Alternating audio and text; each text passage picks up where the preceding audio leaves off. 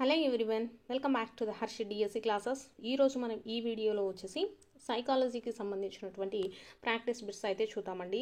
మనము కంటెంట్ వచ్చేసి ఎలా అయితే ప్రిపేర్ అవుతామో, ఏదైనా టాపిక్కి సంబంధించి ఎలా ప్రిపేర్ అయినా సరే మనకు బిట్స్ అనేటివి ఎలా వస్తాయి అనే విషయం గురించి కూడా మనము కంపల్సరీగా తెలుసుకోవాల్సి ఉంటుందన్నమాట.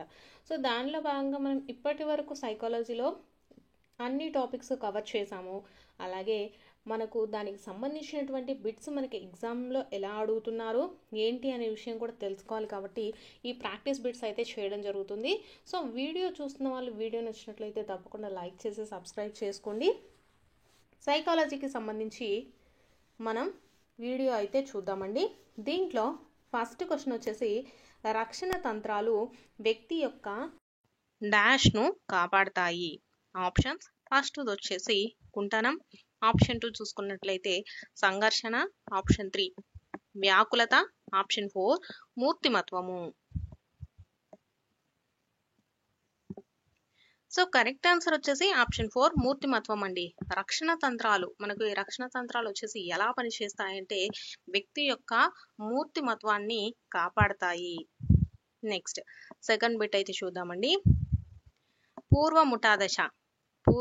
ముఠాదశ ఆప్షన్స్ చూసుకున్నట్లయితే మనకు ఫస్ట్ వచ్చేసి శైశవ దశ, ఆప్షన్ 2 పూర్వ బాల్య దశ, ఆప్షన్ 3 యవ్వనారంభ దశ, ఆప్షన్ 4 ఉత్తర కౌమార దశ. సో కరెక్ట్ ఆన్సర్ వచ్చేసి మీరు కామెంట్ సెక్షన్లో కామెంట్ చేయండి. నేను ఒక 2 సెకండ్స్ గ్యాప్ ఇచ్చి మీకైతే ఆన్సర్లు అయితే చెప్పడం జరుగుతుంది. సో మనకు పూర్వ ముఠా దశ అని ఏ దశను పిలుస్తారు అనేసి ఇక్కడ అయితే ఇవ్వడం జరిగిందనమాట. సో మనకు పూర్వ ముఠా దశ అనేసి మనం ఏ దశను పిలుస్తామంటే పూర్వ బాల్య దశని పూర్వ ముఠా దశగా చెప్పడం జరుగుతుంది. So option 2 is the right answer. Next వచ్చేసి మొదటి ప్రజ్ఞా పరీక్షను రూపొందించిన వాడు. ఆప్షన్స్, ఫస్ట్ వచ్చేసి Alfred Binet, option 2 Terman, option 3 Merrill, option 4 Stern. So correct answer వచ్చేసి మనకు ఆల్ఫ్రెడ్ బినే అండి. ప్రజ్ఞా పరీక్షను రూపొందించిన వారు ఎవరు అంటే ఆల్ఫ్రెడ్ బినే. నెక్స్ట్ బిట్, అనుభవము శిక్షణ ద్వారా ప్రవర్తనలో జరిగే మార్పు. ఆప్షన్స్, ఫస్ట్ వచ్చేసి ప్రేరణ, ఆప్షన్ 2 అభ్యసనము, ఆప్షన్ 3 అధ్యయనము, ఆప్షన్ 4 అలవాట్లు. సో కరెక్ట్ ఆన్సర్ వచ్చేసి ఆప్షన్ 2 అభ్యసనం అండి.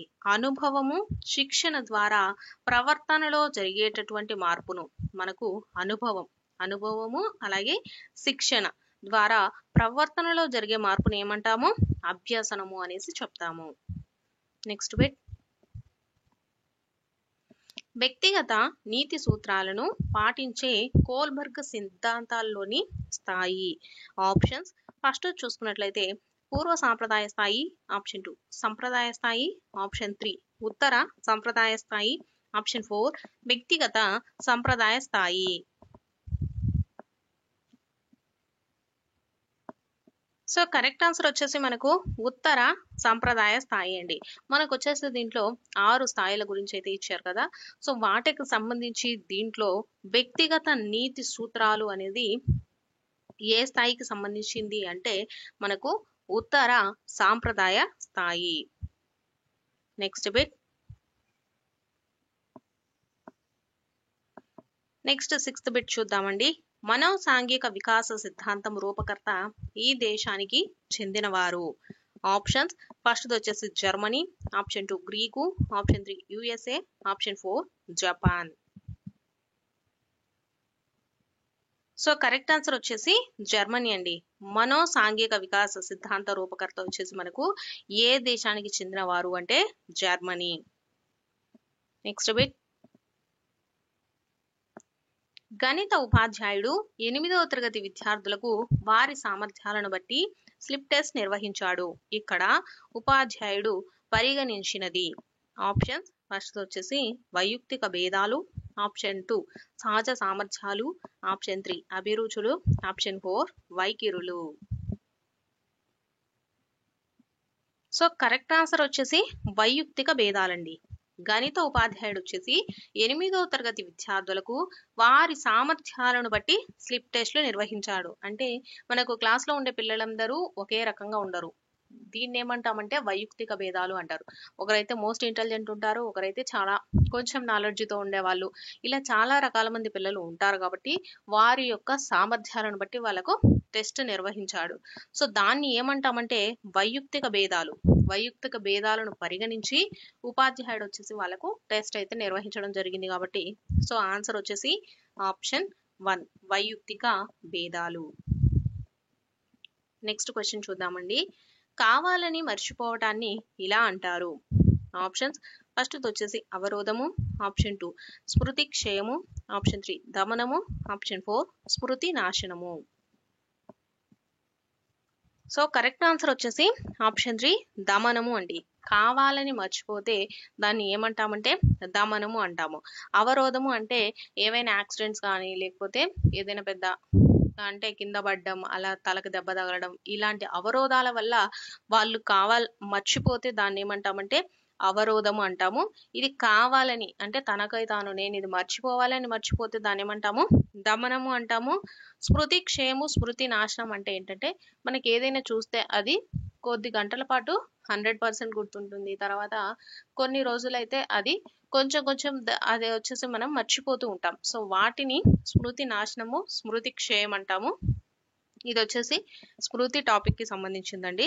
సో ఇక్కడ మనకు క్వశ్చన్ చూసుకున్నట్లయితే కావాలని మర్చిపోవటాన్ని ఏమంటాము దమనము. నెక్స్ట్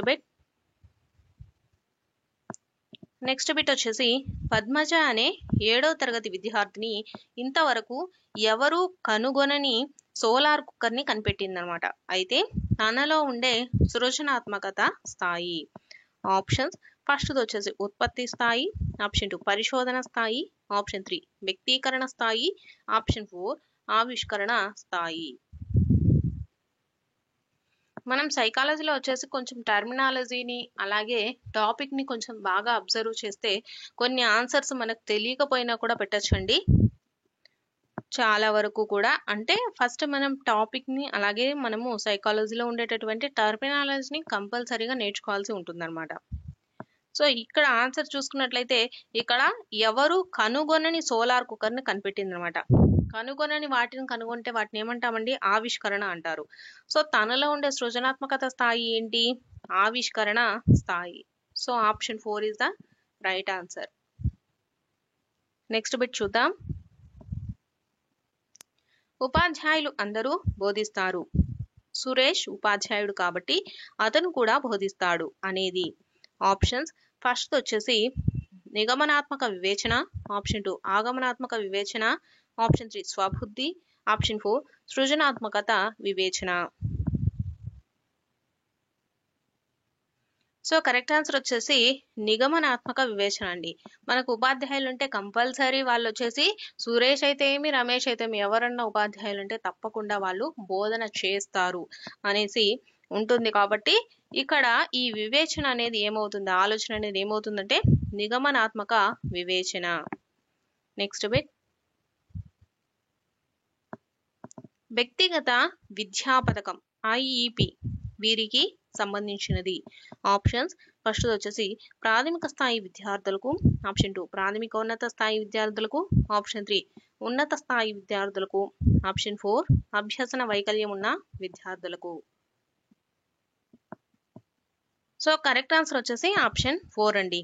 ఈ వ్యక్తిగత విద్యా పథకం ఐఈపి అనేది ఎవరికి సంబంధించింది అంటే అభ్యసన వైకల్యం ఉన్నటువంటి విద్యార్థులకు. Next bit the process of education గ్రంథ రచయిత.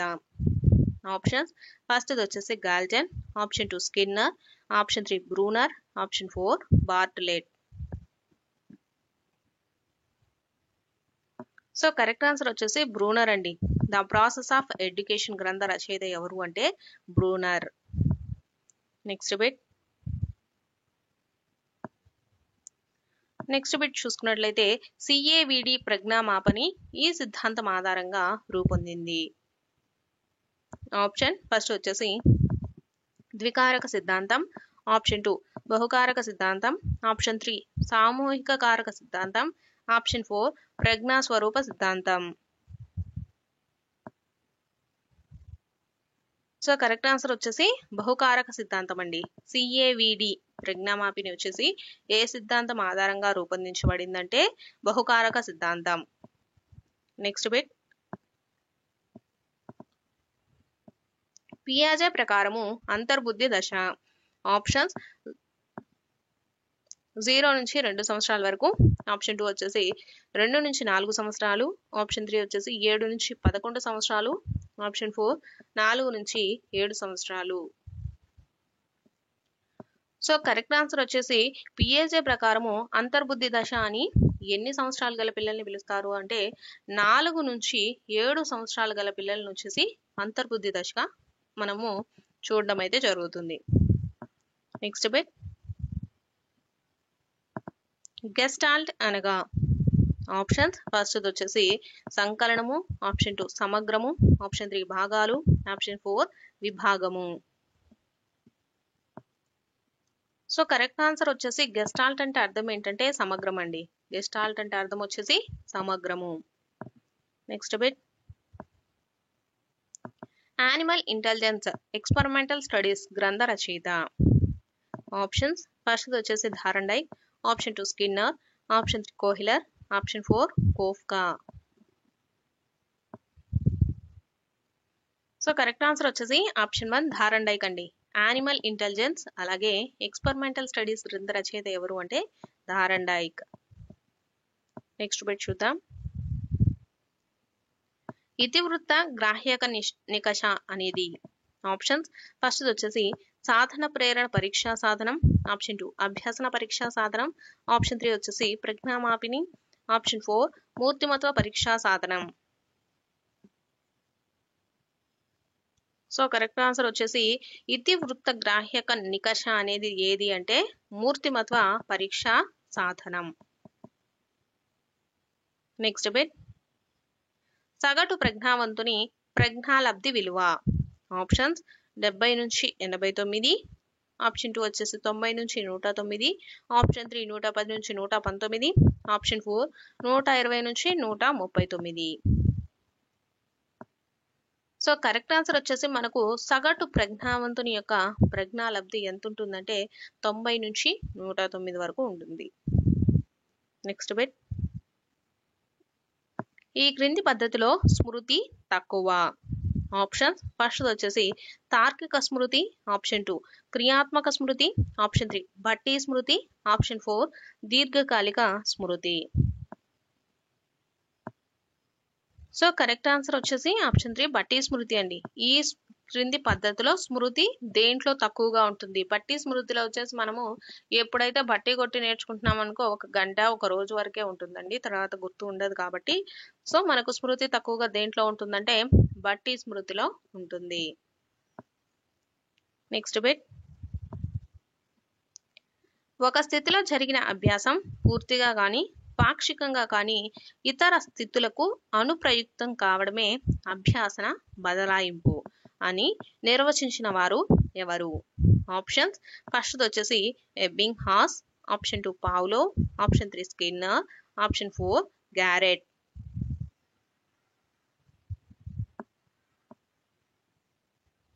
సో కరెక్ట్ ఆన్సర్ వచ్చేసి గ్యారెట్ అండి. మనకు ఒక స్థితిలో జరిగినటువంటి అభ్యాసనం వచ్చేసి పూర్తిగా కానీ పాక్షికంగా కానీ ఇతర స్థితులకు అనుప్రయుక్తం కావడమే. అంటే మనకు ఒక దాంట్లో నేర్చుకున్నది ఇంకొక దానికి యూజ్ అవుతే, అంటే మనకు ఫుల్గా యూజ్ అయినా లేకపోతే కొంచెంగా మనకు యూజ్ అయినా సరే దాన్ని ఏమంటాము అంటే అభ్యాసన బదలాయింపు అంటాము. సో దీన్ని చెప్పిన వారు ఎవరు అంటే Garrett. Next bit, B F Skinner ప్రయోగము దీనికి చెందినది. ఆప్షన్ ఫస్ట్ వచ్చేసి కార్యసాధక నిబంధన సిద్ధాంతం. ఆప్షన్ 2 సాంప్రదాయక నిబంధన సిద్ధాంతం.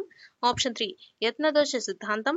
ఆప్షన్ 4 అంతర్దృష్టి అభ్యాసన సిద్ధాంతం.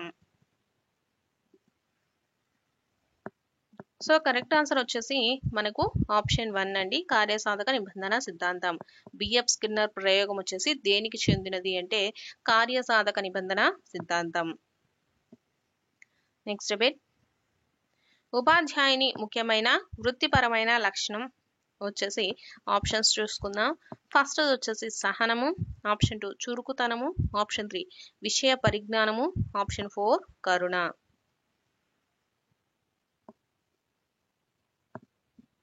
సో ఇక్కడ వచ్చేసి కరెక్ట్ ఆన్సర్ ఆప్షన్ 3 విషయ పరిజ్ఞానం అండి. ఉపాధ్యాయుని యొక్క ముఖ్యమైన వృత్తిపరమైన లక్షణం అండి. ఇక్కడ వచ్చేసి ముఖ్యమైన అనేసి అడిగారు. ఉపాధ్యాయుడు అంటే అతనికి సహనం ఉండాలి, చురుకుతనం ఉండాలి, కరుణ ఇవన్నీ ఉండాలి. కాకపోతే ముఖ్యంగా వృత్తిపరమైనటువంటి లక్షణం ఏదంటే అతనికి విషయ పరిజ్ఞానం అనేది ఉండాలి. నెక్స్ట్ బిట్, కిండర్ గార్డెన్ విద్యా విధానాన్ని ప్రవేశపెట్టినది. ఆప్షన్ ఫస్ట్ వచ్చేసి రూసో, ఆప్షన్ 2 మాంటిసోరీ, ఆప్షన్ 3 పియాజే, option 4 Froebel. So correct answer వచ్చేసి మనకు ప్రోబెల్ అండి. కిండర్ గార్డెన్ విద్యా విధానాన్ని ప్రవేశపెట్టింది ఎవరు అంటే ప్రోబెల్. నెక్స్ట్ బిట్, వ్యక్తి చరిత్ర అధ్యయన పద్ధతిని ఇలా కూడా అంటారు. ఆప్షన్ ఫస్ట్ వచ్చేసి పరిశీలన పద్ధతి, ఆప్షన్ 2 సంఘటన రచనా పద్ధతి, ఆప్షన్ 3 కథనాల పద్ధతి, ఆప్షన్ 4 చికిత్సా పద్ధతి. సో మనకు కరెక్ట్ ఆన్సర్ వచ్చేసి చికిత్సా పద్ధతి అండి. వ్యక్తి చరిత్ర అధ్యయన పద్ధతిని ఇలా కూడా పిలుస్తారంటే ఏ పద్ధతి? చికిత్సా పద్ధతి. నెక్స్ట్ బిట్, ప్రకల్పన పద్ధతి యొక్క లక్షణం కానిది. ఆప్షన్స్ ఫస్ట్ వచ్చేసి విద్యార్థులు పూర్తిగా కృత్యంలో పాల్గొంటారు, ఆప్షన్ 2 ప్రకల్పన కృత్యాలు నిజ జీవిత అనుభవాలతో సంబంధాన్ని కలిగి ఉంటాయి, ఆప్షన్ 3 వచ్చేసి తదుపరి అభ్యాసనాన్ని నిరుత్సాహపరుస్తుంది, ఆప్షన్ 4 ప్రకల్పనను నిర్వహించడంలో విద్యార్థులకు స్వేచ్ఛ అనేది ఉంటుంది. సో కరెక్ట్ ఆన్సర్ వచ్చేసి మనకు ఆప్షన్ 3 అండి. ఇక్కడ మనకు ఏమిచ్చారు? తదుపరి అభ్యాసనాన్ని నిరుత్సాహపరుస్తుందంటే ఇది వచ్చేసి మనకు ప్రకల్పన పద్ధతి యొక్క లక్షణం కాదు. ప్రకల్పన పద్ధతి అంటే ఏంటంటే మనకు ప్రాజెక్ట్ పద్ధతి అనమాట. సో ప్రాజెక్ట్ పద్ధతిలో ఎలా ఉంటుందంటే విద్యార్థులు వచ్చేసి వాళ్ళ ప్రాజెక్ట్ అంటే వాళ్ళ కృత్యంలో పాల్గొంటారు. నెక్స్ట్ అలాగే ఆ ప్రాజెక్ట్ వచ్చేసి మనకి ఎలా ఉంటుందంటే నిజ జీవిత అనుభవాలతో సంబంధాన్ని కూడా కలిగి ఉంటుంది. నెక్స్ట్ ఇక్కడ ఏమి ఇచ్చారు? నిరుత్సాహపరుస్తుందని ఇచ్చారండి. నిరుత్సాహపరచదనమాట. ప్రాజెక్ట్ పద్ధతి అనేది మనకు తదుపరి అభ్యాసనాన్ని మెరుగుపరుస్తుంది. నెక్స్ట్ ఫోర్త్ చూసుకుంటే ప్రకల్పనను నిర్వహించడంలో అంటే ప్రాజెక్టులను నిర్వహించడంలో విద్యార్థులకు స్వేచ్ఛ అనేది ఉంటుంది. ఇక్కడ మనకు లక్షణం కానిది అడిగారు కాబట్టి ఆప్షన్ 3 వచ్చేసి రైట్ ఆన్సర్ అండి. నెక్స్ట్ బిట్ చూద్దాం. ఎలిమెంటరీ సెకండరీ స్థాయిలలోని అభ్యాసకులందరికీ ఒక విశాల ప్రాతిపదికలో సాధారణ విద్యను అందించాలని ప్రతిపాదించినది ఎవరు?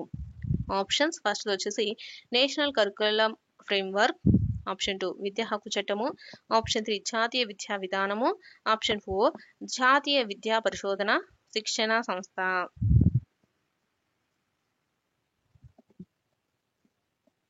సో కరెక్ట్ ఆన్సర్ వచ్చేసి ఆప్షన్ 1 అండి. National curriculum framework. ఇక్కడ వచ్చేసి ఎలిమెంటరీ అలాగే సెకండరీ స్థాయిలలోని అభ్యాసకులందరికీ వచ్చేసి ఒక విశాల ప్రాతిపదికలో సాధారణ విద్యను అందించాలని ఎవరు ప్రతిపాదించారంటే జాతీయ పాఠ్య ప్రణాళిక చట్టం.